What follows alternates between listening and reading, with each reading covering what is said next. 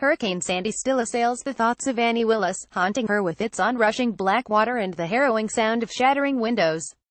The storm mauled a cherished home that Willis and her family are still unable to return to, 5 years since it ravaged New York City. "I'd seen nothing like it in my life. The water was surging above the cars. It was like an out-of-body experience," Willis, now a 20-year-old student, said. She lived with her mother, brother and dog in Far Rockaway, part of a jawbone-like peninsula that juts out near JFK Airport in Queens. The stricken home was boarded up, with repairs still not done, as the family was shunted between hotels and relatives. "It's incredibly frustrating," Willis said. "I can't believe it has been 5 years. It's like no one was ready for what happened after the storm." The lingering anguish of Sandy is shared by several hundred others in New York and New Jersey who have been unable to return home since the storm hit. Their houses lie derelict or in an ossified state of repair, with residents plagued by a confusing tangle of bureaucracy, delays, contractor fraud and the fear that any rebuilding in vulnerable areas will be nullified by another storm. A program called Build It Back was meant to have restored damaged New York City homes, such as the Willis, by the end of 2016, but 1 in 5 eligible people still haven't had their dwellings repaired. The water was surging above the cars. "It was like an out-of-body experience." Annie Willis, survivor. The city's public housing is in a particularly parlous stasis. Of the 33 apartment towers that required repair work on crippled heating and lighting systems, only 1 property has completed work. Protesters will march on Sandy's 5th anniversary to highlight those still struggling with the storm's aftermath. "There have definitely been problems along the way. It hasn't gone smoothly," said Amy Peterson, the city-appointed head of Build It Back. Peterson predicts the final repairs will take place in 2018. Around 300 homes were demolished and more than 1,400 homes have been elevated, by as much as 9 feet, which has proved complex work in tightly packed neighborhoods. "It hasn't been easy, it's been incredibly complicated," Peterson said. "No one anticipated this level of damage." Unnervingly, as New York and New Jersey continue to mop up from Sandy, far stronger hurricanes have recently pummeled Texas, Florida, and Puerto Rico. Donald Trump's administration has also taken an axe to measures that address climate change, which is known to amplify hurricanes, as well as tear up federal rules requiring adaptation to sea level rise. "The skyline of Manhattan went dark after a power outage caused by the storm. It's such ridiculous theater. It's shameful," said Klaus Jacob, a geophysicist who works on climate change adaptation at Columbia University. "New York has made some progress since Sandy, but it's hard to know if we will recover from the step backwards with the current administration. It will not cost this nation not only in billions, it will cost it trillions of dollars if we don't turn things around." After forming as a tropical depression off the coast of Nicaragua, Sandy mustered enough strength to become a Category 1 hurricane, triggering mudslides that killed more than 50 people in Haiti as it roiled the Caribbean. Sandy then turned north, heading parallel to the U.S. East Coast before crunching into New Jersey, near Atlantic City, on the evening of the 29th of October 2012. By now the hurricane is no longer. Sandy becomes a tropical storm, but it is still strong enough to obliterate parts of the Jersey Shore and trigger a record storm surge in New York Harbor. Bolstered by a high tide, around 14 feet of water careens into the southern tip of Manhattan, flooding subway stations and the foundations of the under-construction 911 Memorial. The electricity in the world's financial powerhouse flickers and dies. In parts of New York and New Jersey, power isn't restored for several weeks. More than 100 people lose their lives, with economic damage of around $75 billion. Rachel Riveria was watching the progress of the storm on TV in her top-floor apartment in Brooklyn when she heard a cracking noise. As she checked on her sleeping 6-year-old daughter, Riveria witnessed the ceiling caving in on her, only narrowly escaping the room with the child in her arms. "My daughter was terrified. She still cries to this day when it rains," Riveria, who is now 38 years old. "They say time heals wounds, but this 11-year-old is still hurting." She hasn't healed.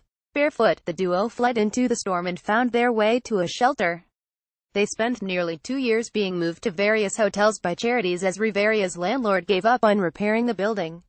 Finally, stable accommodation was found for them, but not in the same area of Brooklyn.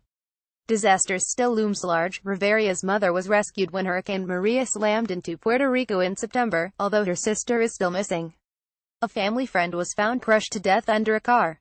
Back in New York, Riveria frets a storm will revisit her, too. "People need to open their eyes," she said. "Wherever there's disaster, there needs to be help. The working class are the backbone of this country. We aren't expendable." And we need to do something about climate change. All this drilling for fossil fuels, all those bad fumes. We need to change that. No fundamental change. Damaged in the Rockaway neighborhood of Queens during Hurricane Sandy in 2012 in Staten Island. Houses remained boarded up 5 years later. New York's anti-flooding bulkheads have been strengthened. The subway system has a new mechanism to prevent inundation and new safeguards are in place to ensure the city's lights stay on and the running water remains clean. Streets have been raised in some places and Rockaway's 5-mile boardwalk, left warped and crumpled by Sandy, has reopened. A rezoning process has altered rules for buildings in vulnerable areas, such as the southern edge of Brooklyn, the east side of Staten Island and the East Village area of Manhattan. But no areas have been completely barred from development and hard decisions over the viability of increasingly soggy parts of the city have been largely deferred. If Sandy happened again this year, I think New York would be operationally better prepared. People would follow evacuation orders better, said Jacob. But the water would still go in the same places. Streets and houses would be flooded. There would be havoc in the Rockaways and Coney Island. It's still the same setup. There's been fiddling around the margins but no fundamental change. The biggest lurch from the status quo has occurred in Staten Island, where residents in the low-lying East Shore neighborhoods of Oakwood Beach, Graham Beach and Ocean Breeze have been offered money to sell up and leave. The $200 million relocation, overseen by New York State, has seen 495 out of 659 eligible households take the voluntary buyouts. Irene put these people back on their heels and Sandy was the knockout punch. It was like boom, we are out. Joe Turone, real estate broker. The area was ravaged by Sandy and several people perished. A lesser blow was struck a year before by Hurricane Irene. Still, Joe Turone, a local real estate broker, said it was a surprise when he asked who was interested in buyouts at a community meeting and was faced with a forest of raised hands. Irene put these people back on their heels and Sandy was the knockout punch, he said. Sandy hit and it was like boom, we are out. The east shore of Staten Island is marshy land and most residents, many of them police and firefighters, have multi-generational roots in the area. But the community-styled effort to get buyouts came after it dawned on householders that climate change would eventually outpace them. I drove around after the storm, houses were gone and it was just swamp, said Turone, who advocated on behalf of the community. The city was still issuing building permits and I just thought, how did these houses ever get built? Jan Nuzzo, now a 37-year-old medical assistant, was recuperating at her Oakwood Beach house in Staten Island following the cesarean section delivery of her son, who arrived a month before Sandy struck. For 5 hours her house filled with water, forcing her to clamber atop furniture with her infant son and dog. At one point she had to change his diaper while lying him on a sofa that had just floated past. I was waiting to either die or be rescued, said Nuzzo. The National Guard reached Nuzzo at 2 a.m. and from that moment she vowed never to return. She got a buyout, moving elsewhere in the borough, and now a vacant lot stands where her house once did. Large chunks of the eastern part of Staten Island has been effectively handed back to nature. Tall reeds sprout from empty plots of land, deer roam and opossums scurry around the houses that remain. A surge in turkey numbers prompted a cull. We all know the water is rising now, Nuzzo said. People absolutely should not have lived in the area we were. It's a marsh. Everyone loves an ocean view, but it shouldn't cost you your life. We just wanted to get out and get on with our lives. Tricia Campbell McAvoy at her home in Brick, New Jersey, which was hit badly by the storm. 5 years later, she is still unable to move back. The storm is the easy part. Restoring your life is the challenge. A recent survey of 500 New Jersey families affected by Sandy found 1 in 5 still have not returned home, with a third admitting it's now a struggle to meet bills and afford food and fuel. A separate Monmouth University poll revealed that more than half of affected New Jersey residents are unhappy with the state's recovery effort. Tricia Campbell McAvoy, 67, has sunk her life savings into repairing her house in Brick, New Jersey, a town riven by waterways near the coast, about 60 miles south of New York City. Sandy brought 3 feet of water into her house, forcing McAvoy and her son to flee in a truck and her husband to be rescued by kayak. McAvoy planted a sign reading "Looters will be shot and thrown into the river" outside her house and set about trying to make it habitable again. But a series of misfortunes, bureaucratic dawdling by local, state and federal officials and a botched elevation of the house by a rogue contractor means she still lives with her 100-year-old father in his small, box-filled apartment. Her husband passed away shortly after the storm. People here love the ocean. This is where they want to stay. But at some point we will be underwater. Lance White, Mantaloking Council. The storm is the easy part. Restoring your home and your life is the challenge, she said, surveying the detritus inside a house that has been uninhabitable since 2012. McAvoy has had 2 strokes, takes around a dozen pills a day and, like Willis, doesn't like returning to her wrecked home. She shakes and weeps as she surveys it. Life was good before this, she said. I had a beautiful life, I had a husband. So many people around here have become sick and died because of the stress of this storm.